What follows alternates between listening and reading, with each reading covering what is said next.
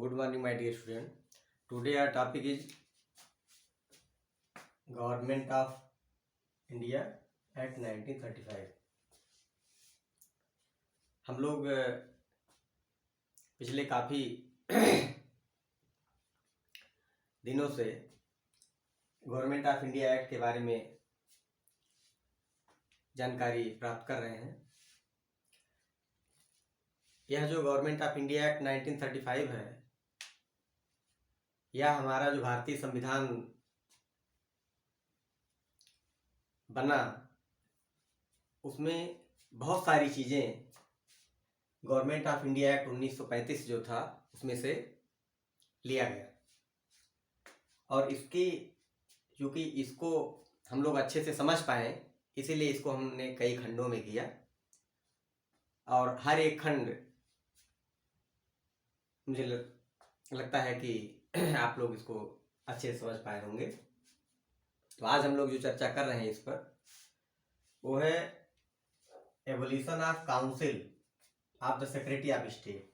जैसा कि हम जानते हैं जो भारत में ब्रिटिश शासन था उसमें स्टेट लेवल पर गवर्नरों का शासन था, सेंट्रल में गवर्नर जनरल, और गवर्नर जनरल के ऊपर जो शासन था, जो गवर्नर जनरल जिसको रिपोर्ट करता था वो सेक्रेटरी ऑफ स्टेट था।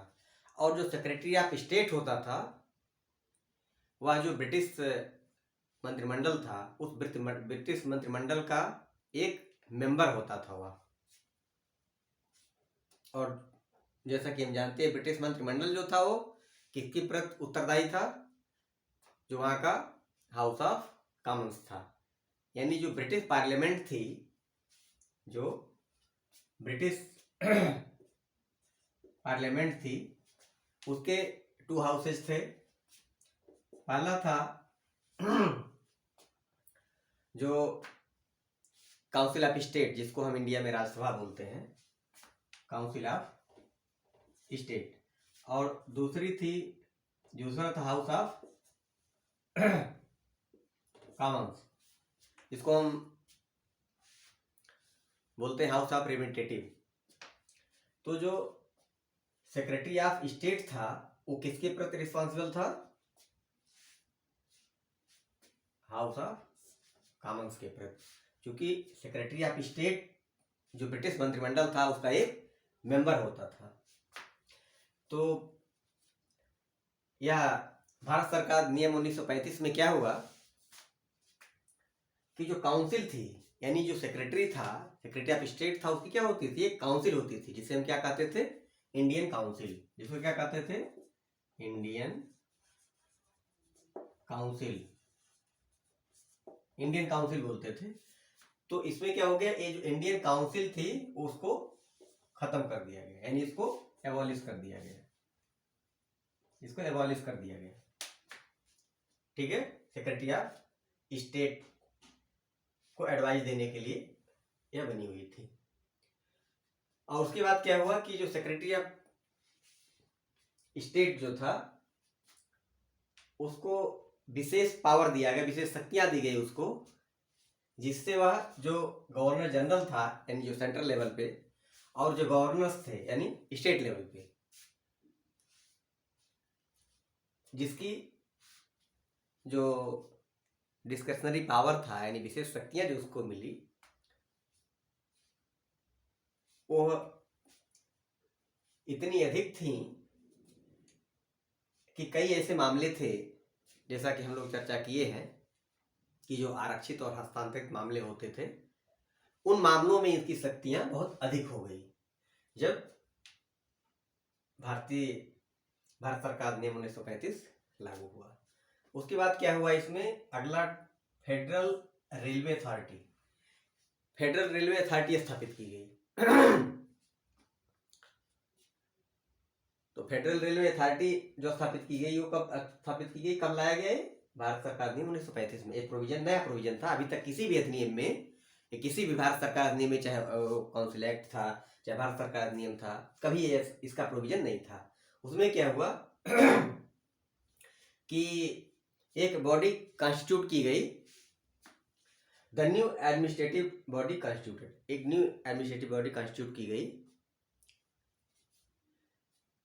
एडमिनिस्ट्रेट के लिए, शासन करने के लिए, कि किस तरह से रेलवे, जो इंडियन रेलवे है, जैसा कि हम जानते हैं इंडियन रेलवे है वर्ल्ड का दूसरा सबसे बड़ा नेटवर्क है, और हम लोगों के यातायात के साधन जो उसमें बहुत महत्वपूर्ण स्थान रखता है सबके लिए, यानी सबके साधन के लिए बहुत जरूरी है। तो एक बॉडी स्थापित की गई फेडरल रेलवे को संचालित करने के लिए, जिसमें कि 7 मेंबर होते थे। कितने मेंबर थे? 7 मेंबर थे। और 7 members are there and they are not under the jurisdiction of minister, यानी जो सरकार थी यहाँ पे, जो सेंट्रल लेवल पे जो सेक्रेटरी ऑफ स्टेट था, जो गवर्नर जनरल को भी डील करता था, यानी गवर्नर जनरल उसको रिपोर्ट करता था। तो गवर्नर जनरल के कार्यों में सहायता और सलाह देने के लिए जो भारतीय मंत्रिपरिषद थी, काउंसिल ऑफ मिनिस्टर्स थे, यानी ये क्या थे, ये 7 जो मेंबर्स थे, ये उनके प्रति भी उनकी अकाउंटेबिलिटी नहीं थी। उनकी कोई अकाउंटेबिलिटी, जो 7 मेंबर्स थे फेडरल रेलवे में, उनकी अकाउंटेबिलिटी किसके, मिनिस्टर के प्रति भी नहीं थे, जो कि एक तरीके से चुनाव होता था उनका, उससे बनती थी जो काउंसिल ऑफ मिनिस्टर्स थी, लेकिन उनके प्रति भी इनका उत्तरदायी नहीं था।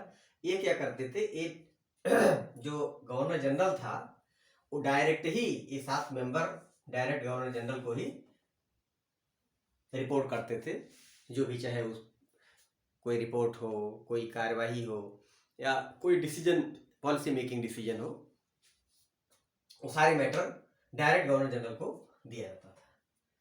तो जो भारत सरकार अधिनियम 1935 था, चूंकि बहुत विशाल अधिनियम था, इसी कारण हम इसको कई खंडों में कोशिश कर रहे हैं समझने की।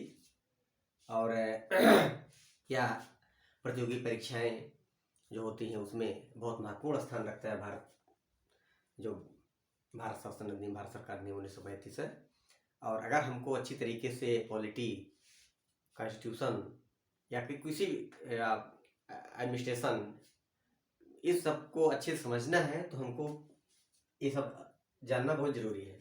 और ख़ास करके ये जो मैंने बताया, जिस टॉपिक का मैंने नाम अभी उच्चारण किया, इस सब के लिए एक आधार है। जब तक हम इस आधार को नहीं समझेंगे, तब तक हम public administration, constitution, political science, ये सब समझ नहीं सकेंगे, क्योंकि ये सब आधार है इस चीज़ों का। तो ये क्रम रूप से ऐसे हम कोशिश करेंगे कि भारत शासन अधिनियम 1935, फिर भारतीय स्वतंत्रता अधिनियम, ऐसे करके हम पूरे भारतीय संविधान को और पूरी भारतीय राजनीतिक व्यवस्था को, international relation, international organization, foreign policy, public policy, concept of public administration, introduction of political science and social life, concept of public administration, तो सारी करंट इशूज, करंट अफेयर्स, ये सब को हम कोशिश करेंगे, इसका अध्ययन करेंगे। तो जैसा कि आज हमने बताया कि ये जो भारत शासन अधिनियम था, इसमें मैं इसको कंक्लूड करना चाहता हूँ कि जो भारत शासन अधिनियम था, इसमें जो सेक्रेटरी ऑफ स्टेट को उनके कार्यों में सहायता सलाह देने के लिए काउंसिल थी, उसको काउंसिल को कर दिया, खत्म कर दिया गया। दूसरी चीज क्या हुई उसमें कि स्पेशल पावर दिया गया किसको, सेक्रेटरी ऑफ स्टेट को, जो सेंट्रल लेवल पे गवर्नर जनरल थे और स्टेट लेवल पे गवर्नर्स। उन बहुत सारी चीज़ें जो हस्तांतरित और आरक्षित सब्जेक्ट थे, तो उन दोनों विषयों पर उसको विशेष, क्योंकि 2 सब्जेक्ट इसको होते थे एडमिनिस्ट्रेशन के, एक जो होता था ट्रांसफर्ड सब्जेक्ट और दूसरा क्या था जो रिजर्व सब्जेक्ट थे। इन दोनों विषयों पर उसको विशेष पावर दिया गया। और फिर फेडरल अथॉरिटी स्थापित की गई रेलवे को एडमिनिस्ट्रेशन अच्छे तरीके से चलाने के लिए।